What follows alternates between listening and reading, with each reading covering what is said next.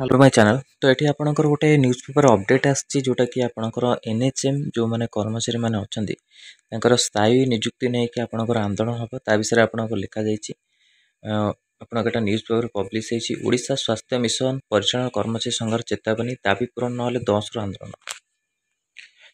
भुवनेश्वर जनस्वास्थ्य परिचालन पदवी सृष्टि और समस्त एनएचएम कर्मचारी को स्थायी करने दाबी रे आसंता 10 रु अनिर्दिष्ट काल कार्य बंद आंदोलन कर ओडिशा स्वास्थ्य मिशन परिचालन कर्मचारी संघ एने बुलन भाई सेवा सदन ठारे आयोजित एक सांबादिक सम्मेलन संघ पक्षर कहुई। बाबद स्वास्थ्य मंत्री स्वास्थ्य सचिव जातीय स्वास्थ्य मिशन निर्देशिका दाबीपत्र बारंबार प्रदान कराई पूरण करने दूर कथा आज पर्यंत आलोचना कर संघ पक्षर कहुई। दीर्घ 20 वर्ष हम स्वास्थ्य मिशन अधीन समस्त हस्पिटाल रे कर्मचारी माने कार्य कर सरकार से उपेक्षा कर अभियोग कर गत अगस्ट 2022 सरकार ठिका प्रथा उठाई देवार नारा दे प्राय समस्त विभाग 58,000 कर्मचारी स्थायी करते किंतु केवल स्वास्थ्य मिशन अधीन में कार्यरत 8,887 कर्मचारी बाद देते से 4,200 परिचालन कर्मचारी अंतर्भुक्त।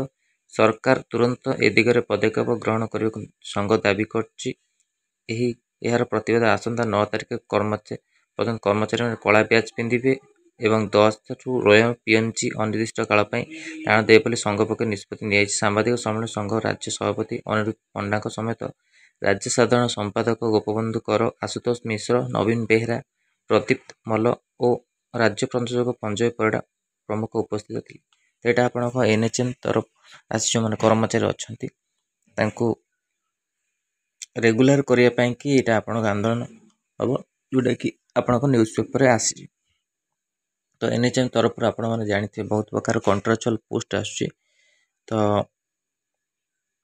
इनहाउस कैंडिडेट मान फ्रेश कैंडिडेट मान देखो आगु आप एनएचएम तरफ जहाँ भी आप रिक्वायरमेंट आसो तार भी अपडेट आपण मैंने पाइबे ता सहित रेगुलर पोस्ट जी भी आसुची आपण मैंने अपडेट पाइबे। तो ये इंपोर्टाट अपडेट रोचे आपण कि जो मैंने एनएचएम रे ऑलरेडी काम कर स्थायी नियुक्ति नहीं कि वीडियो भल लगी लाइक और शेयर करूँ आम चैनल प्रथम थर चैनल को सब्सक्राइब करूँ और यही कंटेंट पे बेल आइकन को क्लिक करूँ जैसे समस्त वीडियो नोटिफिकेशन आप पहुँच पार।